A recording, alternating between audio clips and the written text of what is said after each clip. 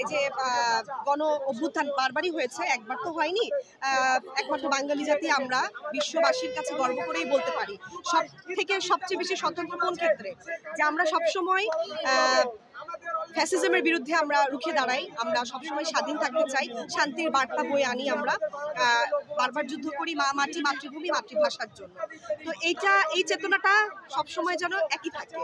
এটা আমরা আসলে সবাই মিলে আমাদের কাজ করতে হবে। এখন জেনজি আছে, ওনারা লিড দিচ্ছেন, হ্যাঁ, সাথে আরো বিভিন্ন পূর্ববর্তী প্রজন্ম, হ্যাঁ, তাদেরও পিছিয়ে থাকলে হবে না, সবাই মিলেই আমাদের আসলে কাজ করতে হবে, তাই না? আসলে কোনো বৈরিতা নয়, হ্যাঁ, হাতে হাতে কাঁধে কাঁধ মিলিয়ে যে আজকে যেভাবে আমরা যাত্রাটি করলাম, এভাবে কিন্তু আমাদের কাজটিও করতে হবে। নারী পুরুষ সম্পূরক পরিপূরক হয়ে প্রত্যেকটি প্রজন্ম একত্রে আমরা যেন কাজ করে এগিয়ে যেতে পারি আমাদের দেশ জাতিকে, হ্যাঁ, বিশ্বের বুকে, এবং বারবার যেন গর্ব ভরে যেন পরিচয় করিয়ে দিতে পারি।